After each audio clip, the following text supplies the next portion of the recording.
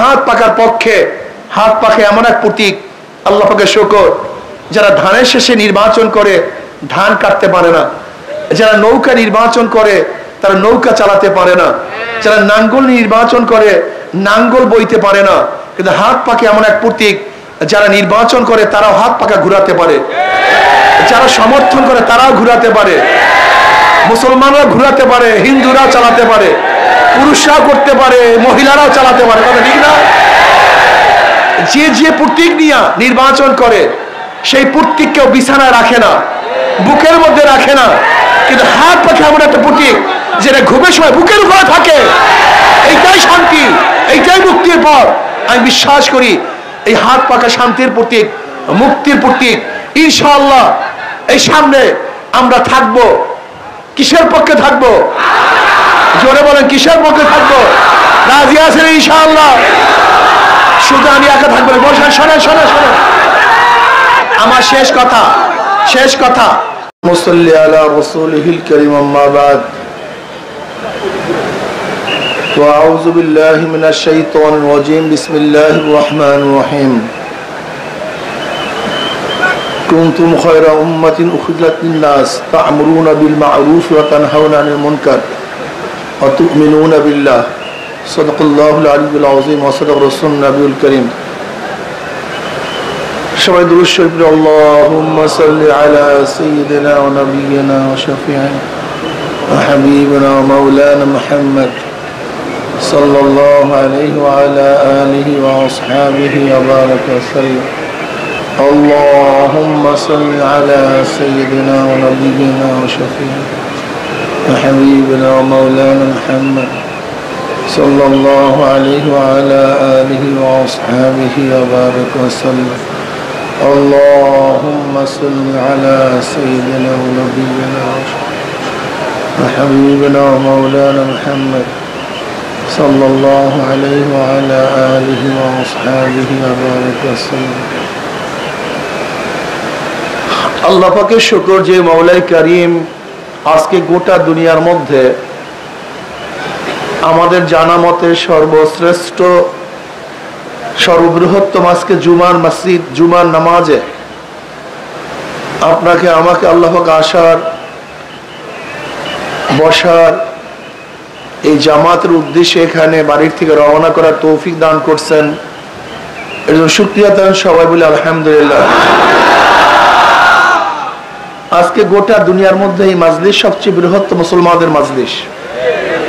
গোটা দুনিয়ার মধ্যে এত মুসলমান একই জায়গায়, একই মাঠে, একই সাথে আছে বলে আমরা জানি না।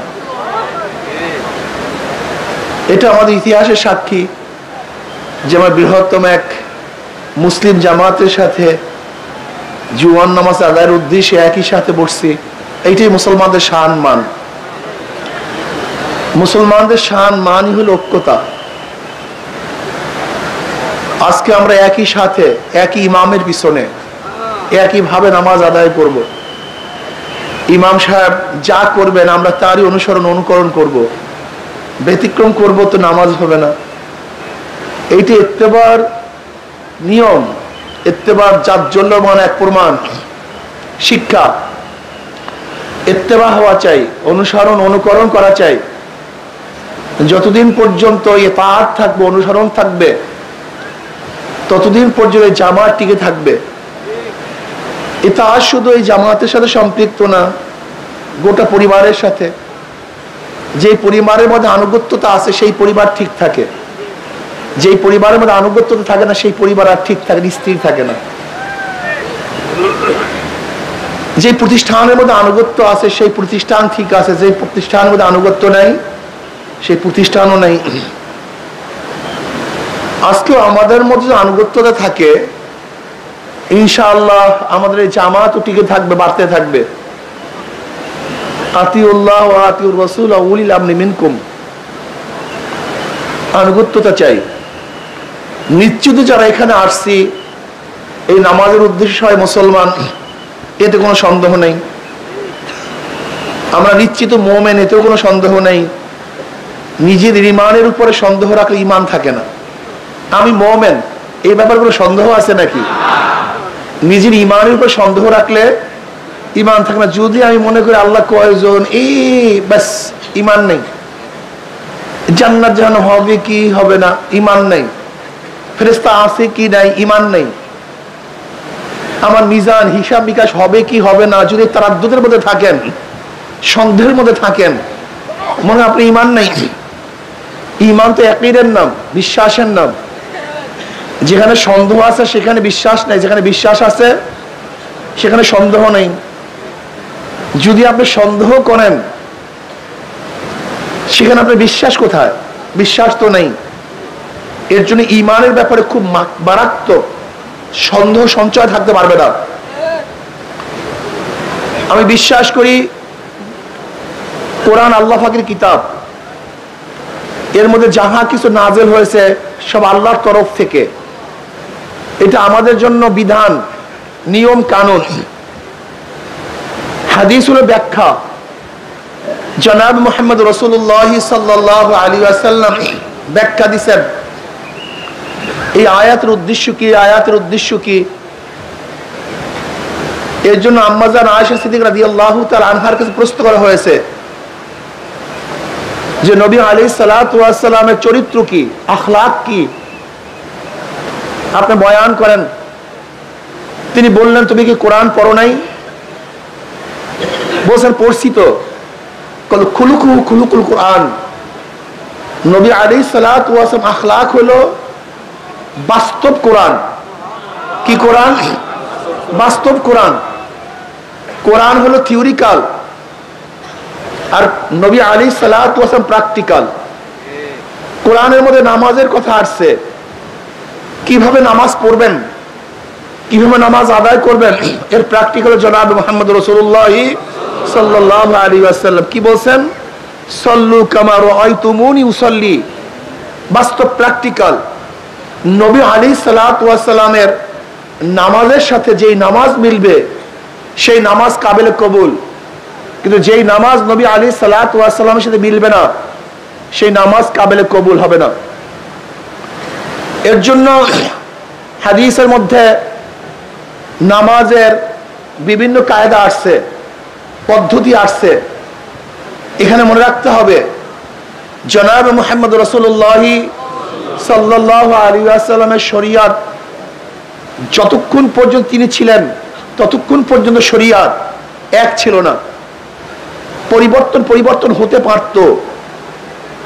খুব ভালো মতো একটা জিনিস মাথার মধ্যে রাখবেন, তাহলে কোটি কোটি প্রশ্নের জবাব হয়ে যাবে।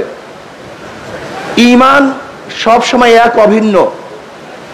কোন সময় কোন নবীর কালে কোন জমানাতে ঈমানের মধ্যে কোনো পার্থক্য ছিল না, না আসমানে না জমিনে। কারণ নবীর জমানায় বা কোন সাহাবীদের জমানায় সবার ঈমান এক, অভিন্ন। নবী আদম আলাইহিস সালাতু ওয়াস ঈমান, আমার নবী আলাইহিস সালাতু ওয়াস ঈমান, সমস্ত ঈমানের মধ্যে কোনো পার্থক্য নাই। সবাই বিশ্বাস করছে আল্লাহ কয়জন? আদম বিশ্বাস করছে কয়জন? আমার নবী। জান্নাত বিশ্বাস করছে কি করে নাই? আমার নবী। জাহান্নাম বিশ্বাস করছে কি করে নাই? আমার নবী। দেখেন, ঈমানের ব্যাপারে কারোর কোনো পার্থক্য নেই, সবার ঈমান সমান। সমস্ত নবী, সমস্ত নবীর উম্মত, সমস্ত সাহাবী, সমস্ত মুমিন, হাত্তাকে কিয়ামত পর্যন্ত, আদম থেকে শুরু করে কিয়ামত পর্যন্ত যত মানুষ আসবে সমস্ত মানুষের ঈমান এক, অভিন্ন। কি কথা ঠিক না? কিন্তু সমস্ত নবীদের শরীয়ত এক ছিল না। সমস্ত নবীদের শরীয়ত, কানুন, পদ্ধতি এক ছিল না। যেরকম নবী আদম আলাইহিস সালাতু ওয়াস সালাম জমানায় ভাই বোনে বিবাহ জায়েজ ছিল, এখন কি জায়েজ? এখন জায়েজ নেই। ঈসা আলাইহিস সালাতু ওয়াস জমানায় সুগার খাওয়া জায়েজ ছিল, এখন কি জায়েজ? তার জমানায় মদ খাওয়া জায়েজ ছিল, এখন কি জায়েজ? এখন কিন্তু জায়েজ নেই। তার মানে ঈমান এক, কিন্তু সমস্ত জমানার নবীদের শরীয়ত কি ছিল না? এক ছিল, পরিবর্তন ছিল। কথা ঠিক না? ঠিক শরীয়তের মধ্যে যেরকম পরিবর্তন হয়, একই শরীয়তের মধ্যে পরিবর্তন হয়। নবী আলাইহিস সালাতু ওয়াস সালাম প্রথম দিকে পর্দা ফরজ ছিল না। পর্দা কি ছিল না? পরবর্তীতে। এখন কেউ যদি মনে করেন নবী আলাইহিস সালাতু ওয়াস সালাম এক জমানায় পর্দা ফরজ ছিল না, কাজে আজও ফরজ না, এইটি হলো বোকামি। কোরআন ও হাদিসের মধ্যে বেপর্দার কথা আসছে। নবী আলাইহিস সালাতু ওয়াস সাহাবারা মহিলাদের সামনে গেছেন, কথা বলছেন, এগুলি আছে কি নাই? এখন কেউ যদি কোরআন ও হাদিসের এই দলিল দেখান যে এই তো দেখেন নবীরা বেপর্দা ছিল, সাহাবারা বেপর্দা ছিল, কাজে আমরাও বেপর্দা হব, এইটা হাদিসের মধ্যে আছে, আপনি কি এটা মানবেন? কেন মানবেন না বলেন তো? আপনি বলবেন এক সময় ছিল, এখন কি হয়ে গেছে? নাসিখ হয়ে গেছে। ওটা কি হয়ে গেছে? মানসুখ হয়ে গেছে। নাসিখ মানসুখ, অর্থাৎ পর্দার আইন নাসিখ, বেপর্দার আইন মানসুখ। পর্দার আইনের মাধ্যমে বেপর্দার আইনকে বাদ দেওয়া হয়েছে, কথা ঠিক না? এখন মানবো কোনটা? যেটা শেষে, আগেরটা কি বাদ। একেবারে সহজ কথা না? একই শরিয়ত। নবী আলাইহিস সালাতু জমানায় একসময় বেপর্দা ছিল, হাদিসের মধ্যে আছে, কিন্তু পরবর্তীতে পর্দা। কাজে বেপর্দার হাদিস দেখিয়া আমরা কোনো অবস্থাতেই পর্দা লঙ্ঘন করতে পারি না। এটা কি হয়ে গেছে? নাসিখ মানসুখ। কথাটা বুঝাতে পারি নাই। আর উদাহরণ দেই, এরকম নামাজের মধ্যে একসময় কথা বলা জায়েজ ছিল, নামাজের মধ্যে কথা বলা কি ছিল? জায়েজ ছিল। এমন কি যদি কেউ নামাজের মধ্যে পরে আসতো, তাহলে যারা নামাজের মধ্যে ছিল তাদেরকে প্রশ্ন করতো, ভাই কয় রাকাত নামাজ হইছে? কথা বলেন না কেন? কি প্রশ্ন করতো? কয় রাকাত নামাজ হয়েছে? সে নামাজের মধ্যে বলতো, ভাই এত রাকাত নামাজ হয়েছে। তা যেই ব্যক্তি পরে আসছে সেই ব্যক্তি ওই পরিমাণে নামাজ পড়তো, পড়ার পরে ইমামের সাথে শরীক হইতো। কথাটা ক্লিয়ার? কিন্তু এখন কি নামাজের মধ্যে কথা বলা জায়েজ আছে? আপনারা আস্তে কথা বলেন না। হাদিসের মধ্যে নামাজের মধ্যে কথা বলার হাদিস আছে কি নাই? হ্যাঁ, এখন কেউ যদি বলে এই যে দেখি হাদিসের মধ্যে আছে নামাজের মধ্যে কথা বলছে, কাজে আমিও কথা বলবো, তখন আপনি কি বলবেন? হ্যাঁ, ছিল, এখন মাশাআল্লাহ, এটা সহজ কথা। ছিল, এখন কোনটা মানবো? পরেরটা, আগেরটা বাদ, পরেরটা নাসিখ, আগেরটা মানসুখ।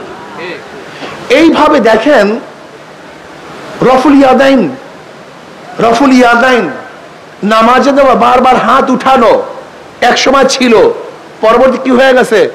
মানসুখ হয়ে গেছে। নামাজের মধ্যে কিছু জিনিস আছে যেগুলো তালিমের জন্য, যেমন আমিন বলা তালিমের জন্য। তালিমের জন্য যে মাসালা আসে সেটা তালিমই, সেটা কিন্তু হুকুম না। যাই হোক, এর জন্য ইখতিলাফটা আমাদের মধ্যে কোন জায়গায় হয়?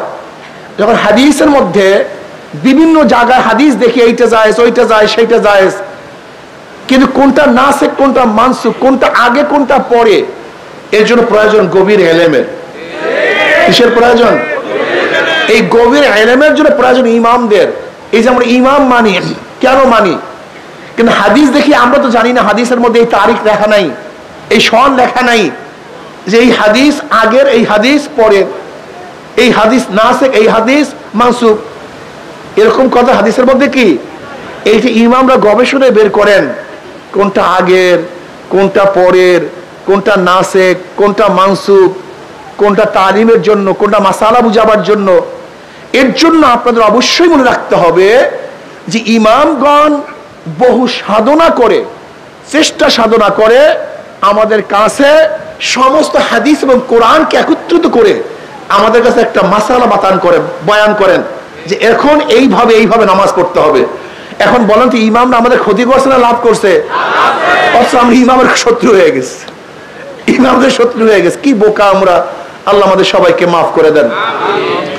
যাই হোক, নবী আলাইহিস সালাম প্র্যাকটিক্যাল, তিনি আমাদেরকে বাস্তব কোরআনের সমস্ত কিছু দেখায় দিয়েছেন। কি কথা ঠিক না? আল্লাহ পাক কালামে পাকের মধ্যে ফরমান, কুনতুম খায়রা উম্মাতিন উখরিজাত লিন-নাস তা'মুরুনা বিল মা'রুফ ওয়া তানহাউনা আনিল মুনকার ওয়া তু'মিনুনা বিল্লাহ। তোমরা সর্বশ্রেষ্ঠ উম্মত। নবী মুহাম্মদ সাল্লাল্লাহু আলাইহি ওয়াসাল্লাম উম্মত সর্বশ্রেষ্ঠ, সবচেয়ে দামি, এর চেয়ে দামি কোনো উম্মত নেই। কারণটা কি? দুইটা গুণ এদের মধ্যে আছে। কয়টা গুণ? সবাই বলেন কয়টা গুণ? আমরু বিল মা'রুফ ওয়া নাহয়ু আনিল মুনকার, সৎ কাজের আদেশ, অসৎ কাজের নিষেধ। এই অসৎ কাজের নিষেধ, সৎ কাজের আদেশ, এই দুইটা গুণ নবী মুহাম্মদ সাল্লাল্লাহু আলাইহি ওয়াসাল্লাম উম্মতে থাকার কারণে এরা সমস্ত উম্মত, আগেকার সমস্ত উম্মতের মধ্যে শ্রেষ্ঠ উম্মত হয়ে গেছে। দেখেন নবী মুহাম্মদ সাল্লাল্লাহু আলাইহি উম্মতেরা বেশি নামাজ পড়ার কারণে শ্রেষ্ঠ, বেশি রোজা রাখার কারণে শ্রেষ্ঠ, বেশি ইবাদত করার কারণে শ্রেষ্ঠ। ব্যাপারটা এরকম না, এটা ঠিক না, এটা ভুল। আপনি এবং আমি হায়াত পাই 60, 70, 80 বছর। আগেকার জমানার উম্মতরা হায়াত পাইতেন 1000 বছর। আপনি আমি দুর্বল, সারা রাত ইবাদত করতে পারি না। আগেকার জমানার উম্মতরা সারা রাত ইবাদত করতেন। আপনি আমি দুর্বল, সারা বছর রোজা রাখতে পারি না। আগেকার জমানার উম্মতরা সারা বছর রোজা রাখতেন। আপনার আমার ব্যবসা আছে, বাণিজ্য আছে, স্ত্রী আছে, মেয়ে আছে। আগেকার জমানার উম্মতরা সব কিছু ত্যাগ করতে তার রাহেব রহমান ছিল, জঙ্গলে থাকতো, গির্জার মধ্যে থাকতো, সারাদিন ইবাদতের মধ্যে মগ্ন থাকতো। এমনকি না খেতে খেতে তাদের গোশত এবং চামড়া হাড্ডি সার হয়ে গেছে, সব একসাথ হয়ে গেছে, এরকম হ্যাংলা হয়ে যেত, এত ইবাদত করত। তারপরও তাদের চেয়ে আমাদেরকে আল্লাহ পাক শ্রেষ্ঠত্ব দান করার কারণটা কি, এটা মাথার মধ্যে রাখতে হবে। এগুলি মাথার মধ্যে রাখতে হবে। 2-1টা পয়েন্ট মাথার মধ্যে থাকা চাই।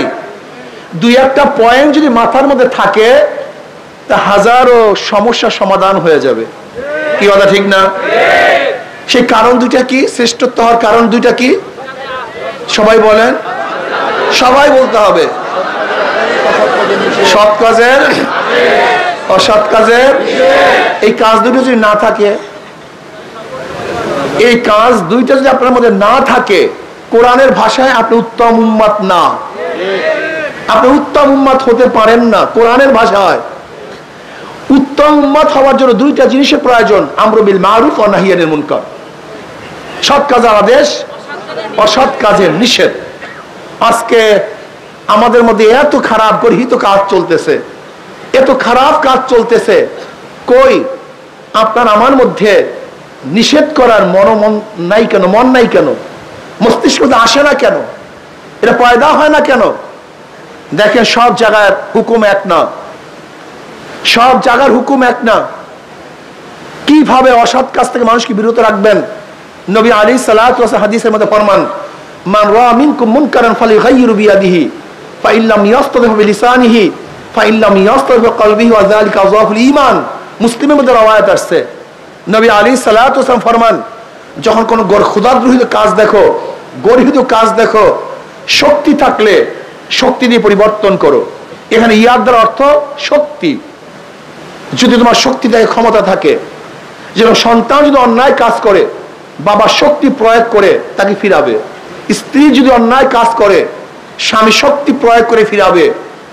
যদি দেশের মানুষ গর্হিত কাজ করে, সরকার শক্তি প্রয়োগ করে সেই গর্হিত কাজ থেকে তাকে ফিরাবে। কি কথা ঠিক না? যদি সেই শক্তি তোমার মধ্যে না থাকে, তাহলে কি করো? মুখ দিয়ে এমন ভাবে বলো যেন পরিবর্তন হয়ে যায়। বলতে থাকো। কি মুখ দিয়ে বললে পরিবর্তন হয় কি হয় না? থেমিস মূর্তি বসাবে হাইকোর্টের সামনে, যখন আমরা মুখ খুলছিলাম বসাতে পারে না। শেখ সাহেবের মূর্তি স্থাপন করবে, যখন আমরা মুখ খুলছিলাম ধোলাই পারে স্থাপন করবে, মুখ খোলার পরে বসাতে পারছে? ফতুয়া নিষিদ্ধ করার আইন মুখ খোলার পরে রাখতে পারে নাই। আজকে বইয়ের মধ্যে ডারউইনের থিওরি দেওয়া যে চক্রান্ত চলছিল, যখন সবাই মুখ খুলছি রাখতে, তার মানে এখনো যদি মানুষ অন্যায়ের মোকাবেলায় কথা বলে তা অন্যায় কাজ থাকে না। আমি প্রায় জায়গায় বলি, যেই সমস্ত মানুষগুলি আল্লাহকে সেজদা করে, যারা আল্লাহকে সেজদা করে, যারা সেজদা করে না সব বাদ, যেই সমস্ত মানুষগুলি আল্লাহকে সেজদা করে, এই সমস্ত মানুষ যদি অন্যায়ের মোকাবেলায় জবান খুলতো তাহলে কোনো জায়গায় অন্যায় থাকতে পারতো না। আপনি দেখেন যে মসজিদ, জামে মসজিদের এরিয়ায়, জামে মসজিদের এরিয়ায় যে অন্যায় কাজগুলি চলে, যেই সমস্ত মানুষগুলি মসজিদে নামাজ পড়ার জন্য আসে, ওই সমস্ত মুসল্লিরা একত্রিত হয়ে যদি সিদ্ধান্ত গ্রহণ করত, আমার এরিয়ার মধ্যে কোনো গাঁজা থাকবে না, আমার এরিয়ার মধ্যে অপকর্ম থাকবে না, ফেন্সিডিল থাকবে না, মদ থাকবে না, ওই জামে মসজিদের এরিয়ার লোকগুলি যদি অন্যায়ের মোকাবেলায় জবান খুলতো, আমি বিশ্বাস করি ওই এরিয়ার মধ্যে একটা অন্যায় থাকতে পারতো না। তাহলে কি বুঝলেন? ওই অন্যায়কে আশ্রয় প্রশ্রয় দেয় কে? এই মুসল্লিরা। ওই অন্যায়কে আশ্রয় প্রশ্রয় দেয় কে? এই মুসল্লিরা।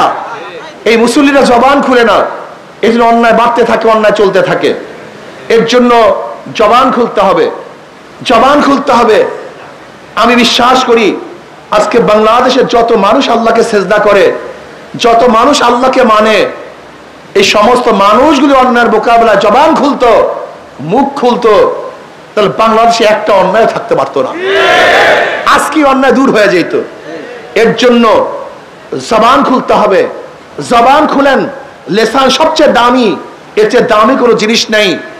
একটা মানুষকে কথা বলতে বলতে দেখবেন মানুষটা খারাপ কাজ থেকে ফিরে আসবে ইনশাআল্লাহ। জবান খুলবেন। যদি তোমাদের সেই শক্তি না থাকে, জবান খোলা শক্তি না থাকে, তাহলে নবী আলাইহিস সালাতু ওয়াস সালাম ফরমান, মনে মনে ঘৃণা নয়, পরিকল্পনা করো। কি করো? ঘৃণা এবং পরিকল্পনা মানে পার্থক্য করি। বারবার উদাহরণ দেয়, মসজিদের সামনে ময়লা, যত মুসল্লি সেখান থেকে যাবে ঘৃণা করা, ইস খারাপ ময়লা, নাক চাপবে, রুমাল দিবে নাকের মধ্যে। 1 কোটি মানুষ যদি ময়লার কাছ থেকে যায় আর ময়লাকে ঘৃণা করে, সেখান থেকে ময়লা কিন্তু দূর হবে না। কি কথা ঠিক না? কিন্তু ইমাম সাহেব যদি পরিকল্পনা করে, এখানে ময়লা, বালতির প্রয়োজন, ঝাঁটার প্রয়োজন, পানির প্রয়োজন, একজনের পরিকল্পনা নিয়ে বালতি দিয়ে পানি এনে ঝাঁটা দিয়ে যদি ঝাঁটা দেয়, ময়লা থাকবে? একজন মানুষের পরিকল্পনায় ময়লা নাই, কিন্তু 1 কোটি মানুষের ঘৃণায় কিন্তু ময়লা যায় নাই। ঠিক তদ্রূপ আপনাকে আমাকে পরিকল্পনা করতে হবে এই সমাজকে কিভাবে খারাপ থেকে, গরিহূত কাজ থেকে রক্ষা করা যায়, এই সমাজের মধ্যে ইসলামী হুকুমত কিভাবে কায়েম করা যায়, খোদাদ্রোহী আইনকে বাতিল ঘোষণা করে আল্লাহর আইন, আল্লাহ আল্লাহ রসুলের আইনকে কিভাবে প্রতিষ্ঠিত করা যায়, এর জন্য সাধনা করতে হবে। কি করতে হবে? জোরে বলেন। সাধনা করতে, চিন্তা করতে হবে। রাজি আছেন ইনশাআল্লাহ? প্রিয় ভাইয়েরা আমার, খুব ভালো মতো বুঝবেন যারা চরমনাই ময়দানে আসছেন। অনেকেই মনে করেন চরমনাইওয়ালারা বিএনপি বিরোধী, চরমনাইওয়ালারা আওয়ামী লীগ বিরোধী, চরমনাইওয়ালারা অমুকের বিরুদ্ধে তমুকের বিরুদ্ধে।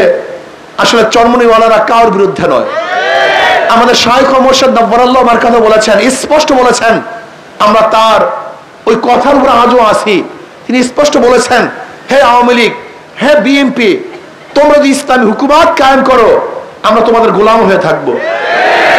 আসলে আমরা সত্যের পক্ষে, অন্যায়ের বিপক্ষে। আমাদের শত্রু কেউ নাই, মৃত্যু কেউ নাই। হুব্বু ফিল্লাহ, বুগযু ফিল্লাহ।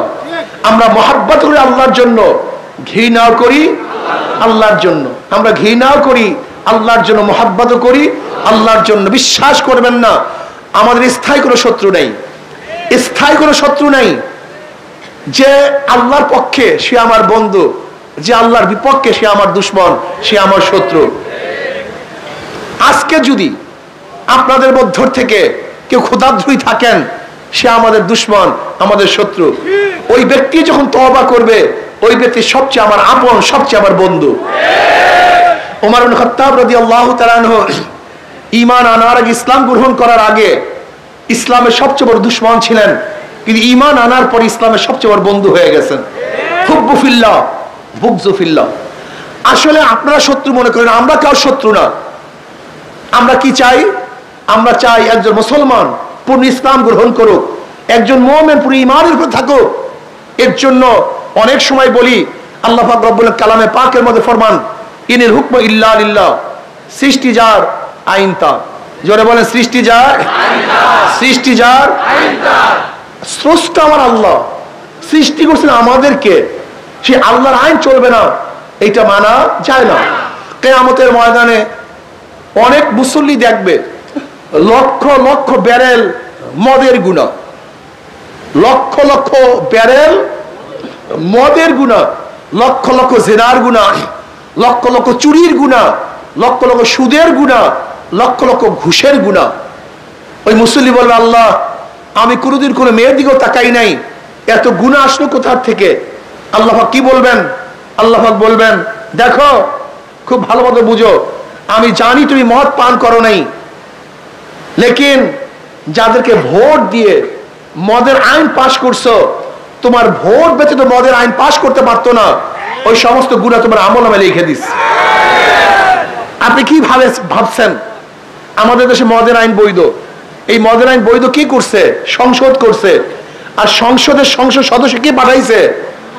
যেটা বলেন, এই জনগণ পাঠাইছে। খুব ভালো মতো বোঝার চেষ্টা করবেন। যেরকম ধরে নেন, আল্লাহ না করুক, এইটা একটা সংসদ ভবন, এই গোটা চরমনাই ময়দানের সংসদ, এখানে সংসদ চলতেছে। আমি স্পিকার সাহেব বিল উত্থাপন করলাম। কি বিল উত্থাপন করলাম? যে আল্লাহ বলতে কেউ নাই। আপনারা কারা কারা মানেন? আল্লাহ বলতে কেউ নাই। আপনারা কারা কারা মানেন? হাত তুলেন। যদি হাত তুলেন অবস্থাটা কি হবে? কথা বলেন না কেন? সবাই কথা বলেন। হাত তুললে ঈমান। তাহলে হাত তোলাটা কি মনে করছেন? এই হাত তোলাটা কি মনে করছেন? ঈমান থাকতেও পারে। জোরে বলেন না কেন?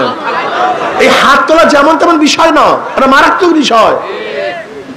এখন ধরেন সংসদে আজকে উত্থাপন হয়েছে মদ জায়েজ, আল্লাহ পাক হারাম করেছেন, কিন্তু সংসদ কি উত্থাপন করছে মদ? কারা কারা রাজি? হাত তুলেন। যদি হাত তুলেন, আপনি আল্লাহর বিরুদ্ধে আইন পাশ করছেন। বুঝাতে পারি নেই।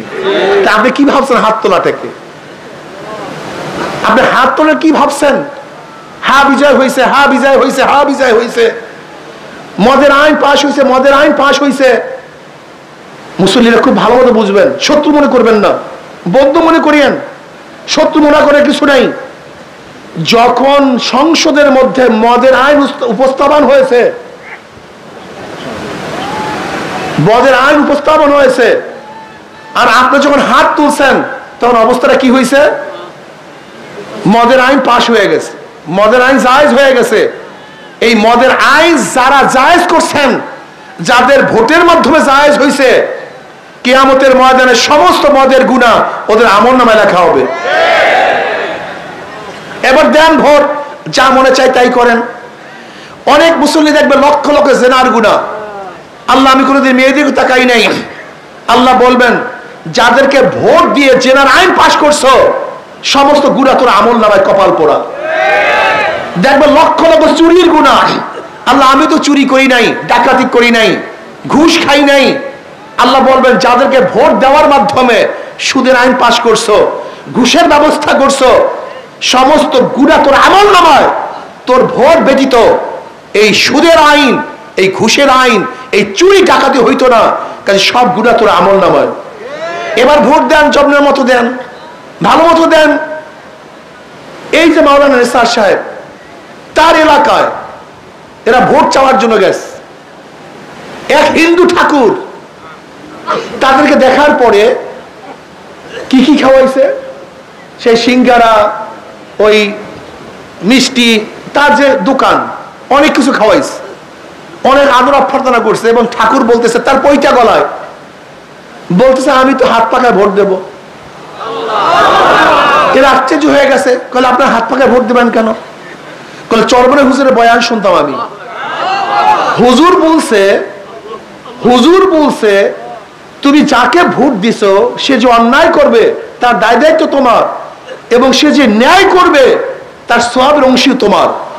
কাজে আমি ভোট দিয়ে আমি যাকে নির্বাচিত করব, সে অন্যায় করবে, আর সেই দায়িত্ব আমাকে পালন করতে হবে, এরকম পাগল আমি না। এজন্য আজকে থেকে নিয়াত করছি, আমি আর কোনোদিন অন্যার পক্ষে যারা কাজ করে, যারা চোর ডাকাত যে দলের মধ্যে আছে, আমি তাদেরকে ভোট দেব না। আমি তখন থেকে নিয়াত করছি, হাত পাকায় ভোট দেব। এই হিন্দু ঠাকুরের কথা আল্লাহর কসম করে বললাম, এই যে সাক্ষী এখানে আছে, একজন দুইজন, এরকম বহু। এর জন্য আমি প্রিয় ভাইদেরকে বলবো, হে আমার বাবারা, হে মুসলমান সন্তানেরা, চরমনাইতে আসছেন, ভোট মারাত্মক এক বিষয়। ভোট মানে সাক্ষী, ভোট মানে সহযোগিতা করা, ভোট মানে সমর্থন করা, ভোট মানে সাহায্য করা। ধরে নেন উপরে চুরি করার জন্য যাবেন, কিছু যুবক চুরি করবে, আপনি খেয়া দেন। এখন খেয়ালাকে বলছে, ভাই আমরা চুরি করতে যাব, আর আপনার খেয়া ব্যতীত তো চুরি করতে পারবো না। এখন খেয়াল বলে আমি চরমনায় মরি, আমি তবলিগ করি, আমি মুসল্লি মানুষ, তোমরা চুরি করবা, তোমাদের ভাগের মধ্যে আমি নাই। কিন্তু যুবকরা যেহেতু ইচ্ছা করছো, আর আমার খেয়া ব্যতীত পারবা না, আসো একটা ধাক্কা দিয়া দিই। খেয়ালা যদি চোরদেরকে একটা ধাক্কা দিয়া দেয় আর চোরের চুরির ভাগই না হয়, তাহলে খেয়ালার দোষ আছে কি নাই? কেন আছে বলেন তো, জোরে বলেন। ওই ধাক্কা ব্যতীত চুরি করতে, কাজী ওই ধাক্কা চুরির যে অপরাধ, ওই ধাক্কারও একই অপরাধ। আপনারা ভোটের ধাক্কা দিয়া, এই ভোটের সমর্থন করিয়া, ভোটের ধাক্কা দিয়া যারা সংসদে লোক পাঠাইয়া ইসলামের বিরুদ্ধে আইন পাশ করান, আপনার ধাক্কা ব্যতীত ইসলামের বিরুদ্ধে আইন পাশ করতে পারতো না। কাজে যারা ধাক্কা দিয়ে সংসদে লোক পাঠাইছেন, সমস্ত দায় দায়িত্ব তাদেরকে বহন করতে হবে।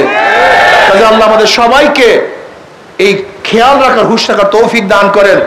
ইনশাআল্লাহ আগামী নির্বাচনে ইসলামের পক্ষে হাত পাকার পক্ষে, হাত পাখে এমন এক প্রতীক, আল্লাহ পাকের শুকর, যারা ধানের শেষে নির্বাচন করে ধান কাটতে পারে না, যারা নৌকা নির্বাচন করে তারা নৌকা চালাতে পারে না, যারা নাঙ্গল নির্বাচন করে নাঙ্গল বইতে পারে না, কিন্তু হাত পাকে এমন এক প্রতীক, যারা নির্বাচন করে তারাও হাত পাকা ঘুরাতে পারে, যারা সমর্থন করে তারাও ঘুরাতে পারে, মুসলমানরা ঘুরাতে পারে, হিন্দুরাও চালাতে পারে, পুরুষরাও করতে পারে, মহিলারাও চালাতে পারে, ঠিক না?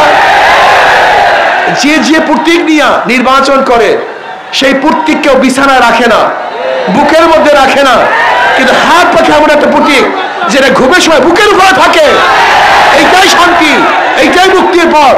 আমি বিশ্বাস করি এই হাত পাকা শান্তির প্রতীক, মুক্তির প্রতীক। ইনশাআল্লাহ এই সামনে আমরা থাকবো। কিসের পক্ষে থাকবো? জোরে বলেন, কিসের পক্ষে থাকবো? রাজি আছেন ইনশাআল্লাহ? শুধু আমি একা থাকবো না, বলছেন শোনেন শোনেন শোনেন, আমার শেষ কথা, আপনি যাকে যত দাওয়াত দিয়ে দ্বীনের পথে আনবেন, ওই ব্যক্তি যত নেকের কাজ করবে, আপনার আমলনামা ওই পরিমাণে নেক হয়ে যাবে। আজকে থেকে আমাকে এক পানের দোকানদার বলে, পানের দোকানদার, তাহলে হুজুর আমি 500 ভোট হাত পাকার পক্ষে কালেকশন করছি। আমি বললাম কিভাবে?